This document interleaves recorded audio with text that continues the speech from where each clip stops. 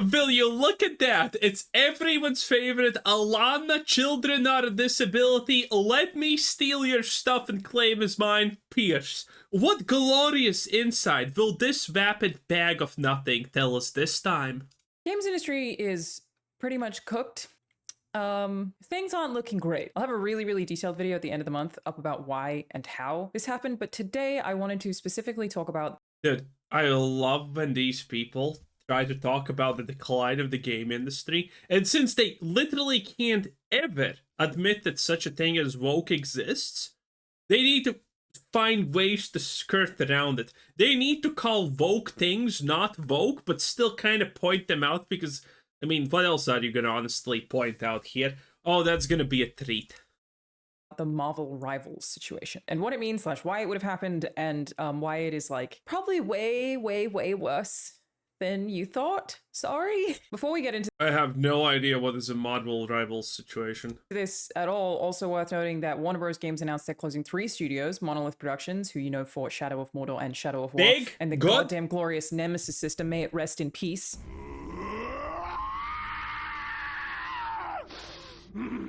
Player First Games, who made the short-lived fighting game Multiverses, and WB San Diego, who are said to be working on a new AAA free-to-play cross-platform game. As part of this, WB has cancelled all games those studios were that sounds horrible.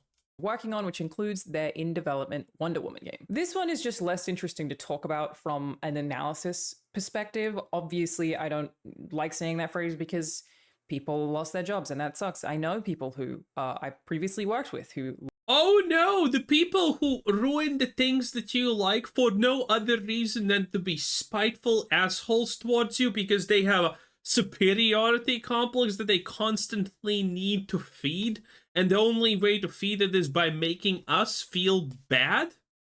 Oh no, these people got fired? The horror. Lost their jobs as a result of these layoffs. It fucking sucks. But the market reason for this one is just very blatant. Like, they admitted it themselves, and it's also not surprising, really. Sucky, yes. Surprising, considering the stuff this industry is pulling. No. WB's goal is to focus on 4 franchises going forward. The exact quote is fewer but bigger franchises, being Harry Potter / Hogwarts Legacy, Mortal Kombat, Batman, and Game of Thrones. Basically, considering how terrible the games market is going, Game of Thrones is a mobile thing, by the way. WB is only comfortable banking on franchises that are effectively guaranteed to make them a ton of money. Super sucky. I hate this opinion. Oh, look at gaming, it's doing so bad. Yeah, tell that to the 30-40 million copies that Baldur's Gate 2 sold. Tell that to Space Marine 2. Tell that to Helldivers 2. Tell that to Marvel Rivals. Tell that to all the games that are absolutely ridiculously successful. Please, tell them that. But also just there's not really anything insightful to say about it. The Marvel Rivals situation, on the other hand, seems to have people a lot more confused. So if you haven't heard of it, Marvel Rivals is Marvel Overwatch. Genuinely, picture Marvel and then picture, like, to be honest, the best inserting paid promotion? Best seasons of... That was interesting. Maybe this is the universe telling me a message. Don't torture yourself because you don't even consider her that hot, honestly. And it's true, by the way. The longer you look at Alanah Pearce, the less hot she becomes. That's kind of wild and sad, to be honest, considering her only redeeming feature is that most people think that she's at least reasonably attractive. Of Overwatch, like peak Overwatch, combine those 2 images and you have Marvel Rivals. That's reductive. It's a great game. I'm not a hero shooter person, and some friends convinced me to play it, and I had a great time. Big up Jeff the Landshark. Big up the Asians, big up the Indians. It is a free-to-play live service game, which is a phrase at this point that I think every gamer I know, like, kind of like, bleh. And yet you will hear it multiple times throughout this video, and likely forever. Everything's great. But despite... Oh shit, the last video we watched of her, she tried to insert humor at places, and I think more children died in Africa from adjacent cringe that they felt through the cultural and overall human zeitgeist that Alanah created, not from actual malnutrition or Ebola or whatever. This is sad. That it managed to attract over 10 million players in just 3 days. It has consistently been one of the top 5 most played titles on Steam, and at the time of recording is in the number 5 spot on Steam's top sellers list. It managed to have 640,000 concurrent players at one point during its debut month, obviously combining the already somehow like kind of viral nature of a lot of hero shooters and the Marvel license, and the fact that it's free to play. Boom. Oh god. Tell me you know nothing about the games industry without telling me you know nothing is about the game industry. Spoiler alert. It's saying, oh, it has the Marvel's license. That's why it's success. Fuck off. See, this is why I start every video with Alanah Pearce by the opener, vapid moron. Or something along those lines. Idiot.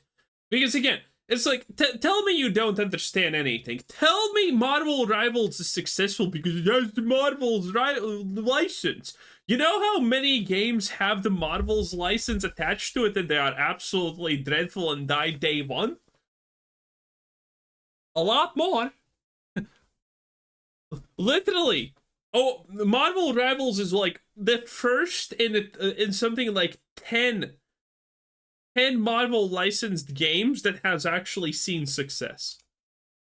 A huge success. According to financial results from NetEase Games, who are the publisher of Marvel Rivals, the game has 40 million players.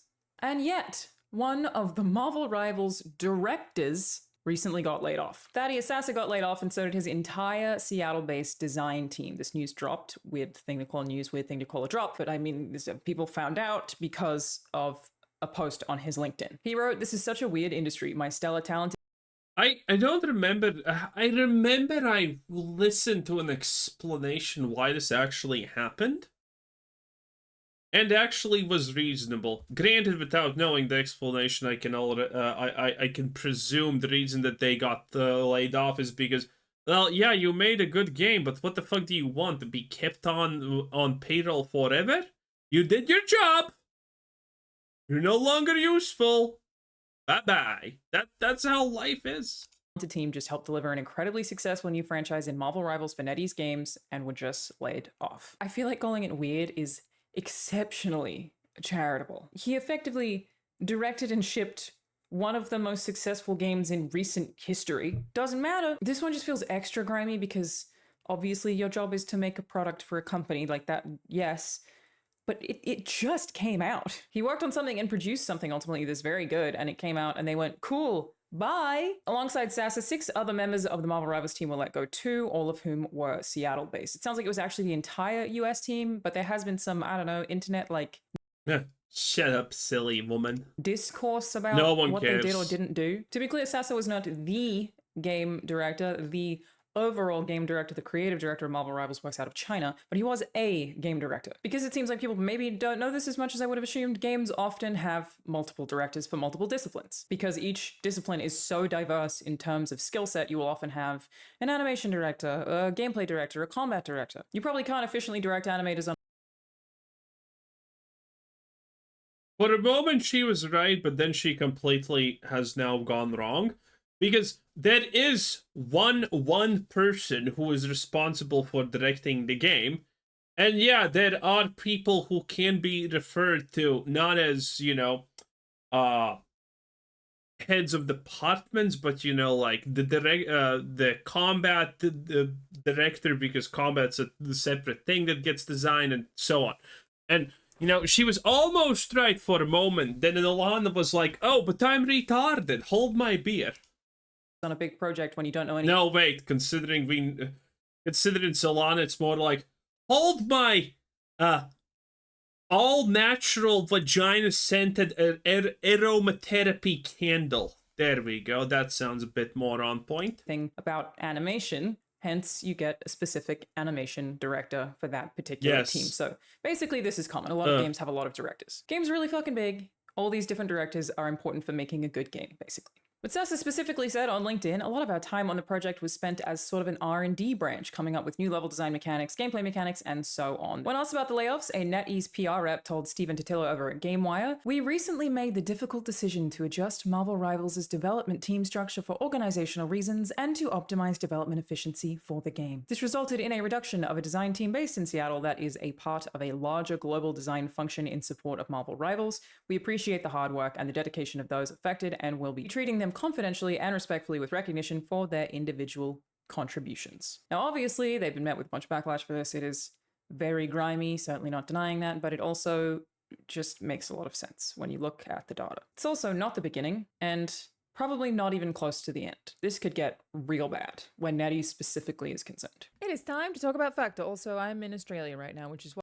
And in a fucking bathroom. Jesus Christ, Alanah. Stop. The games industry for multiple reasons that suck but are extremely understandable when I lay them out has plateaued. Again, video will be coming later this month where I specifically go over all of that. It's so big I didn't want to like shoehorn half of it into this video. But a plateau is basically akin to failing terribly on the stock market, even though the industry is in fact still very profitable. Wait, how's she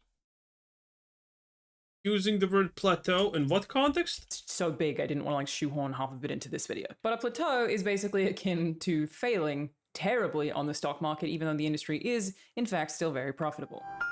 Capitalism. But you know, there have been record layoffs, studio closures, game cancellation. I'm not sure she's referring to the right plateau there. An industry plateau is when line go like this, which is a failure because we have discussed this many times. No one usually mentions plateau. Wait, maybe I have forgotten what plateau means. Plateau meaning in Forat. Plateau was an ancient Greek philosopher. No, not that Plato. That's Plato, not Plateau. Plateau, eh? Maybe like that? Potato. Fuck off, you. Fuck. Just die, Google. Okay, it's time. It's time to just give it up. And NetEase, who is one of the biggest companies in the entire industry, has certainly contributed to that. Now, while the games industry, even globally, is kind of imploding, the domestic Chinese market specifically, as in the domestic market, is succeeding in a bunch of ways and has way more avenues for easy profit. Since 2011, video game spend in China has grown by 39 billion. It peaked in 2021, as the rest of the industry did, declined a little in 2022, as the rest of the industry did, and almost even... Dude, the fact that all of the Chinese money comes from mobile games is the saddest shit ever. People are just completely living in... I mean, it's China, so actually, the more diverse, the better, okay, in my opinion. Hey, there's a reason China is going extinct, because hypercancer is a real thing in that country, okay? US is second, by the way. Have fun. Have fun. It's good times.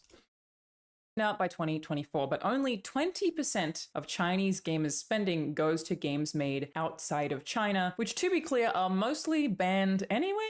This is an aside, but I think it's very interesting, so let me just go on this tangent for a second. Some of the biggest games in the world, like the absolute juggernauts that are taking over the rest of the world, are either banned in China or have been banned in China, and it doesn't seem to have a significant impact on the Chinese domestic video game market. Their spend is still very high. Fortnite...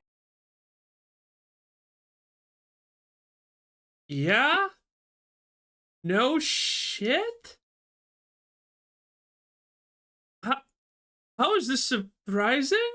is banned in China because of violence. Roblox is banned in China because of anti-communist propaganda. Numerous games have also been banned for featuring overly revealing female characters. Based. I can't have titties in my games in China? Come on. Home consoles in general were banned in China until 2013, and now still any and all games that depict violence, blood, gambling, or imperial history are de facto banned. The Chinese Yeah. Communist Party is very strict Imperial about censorship history. across film, TV, and video games. But anyway, Well, that's because Imperial China, but whatever. basically, Chinese games are making a ton of money in China, largely locally, with player bases that are nowhere near as anti-mobile or anti-microtransaction as the Western market. Mobile games and microtransactions are effectively required at this point. I don't want it. I don't like it. We hate it. We hate this. We all hate it. But because of the way the stock market functions, it is effectively needed for games to definitely exist. And you can get away with those things in China much, much, much more easily because of the way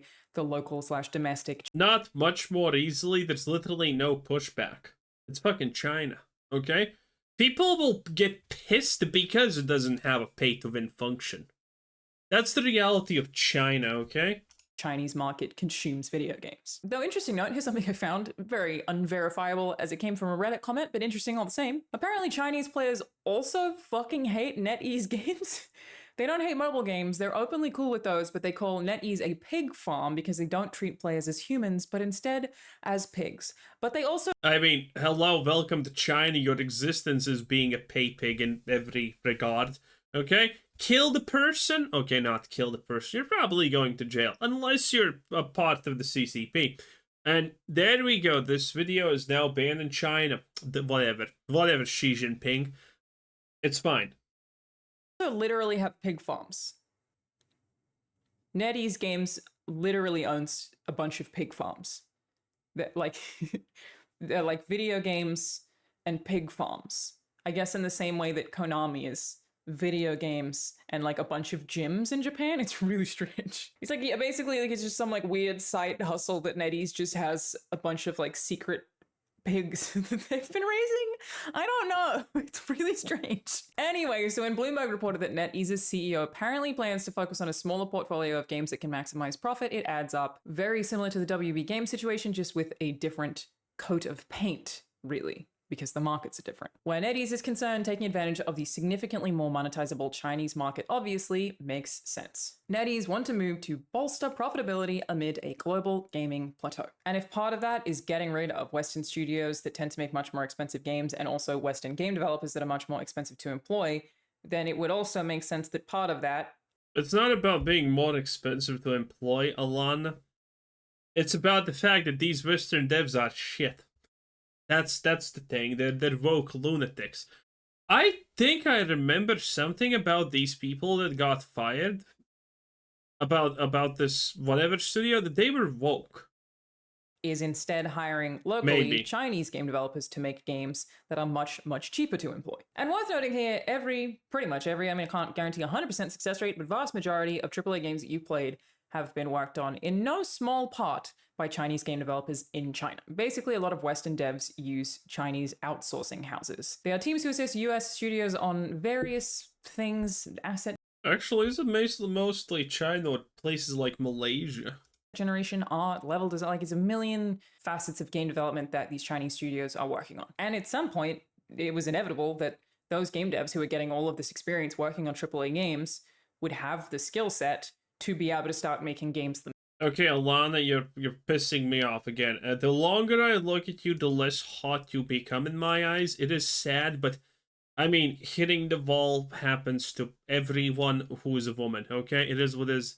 Anyway, that was Alanah Pearce. Remember, children are a disability. And Microsoft has very cute doodly line graphics that show you how disabled and stupid you are, if you're wondering. Oh, bye-bye.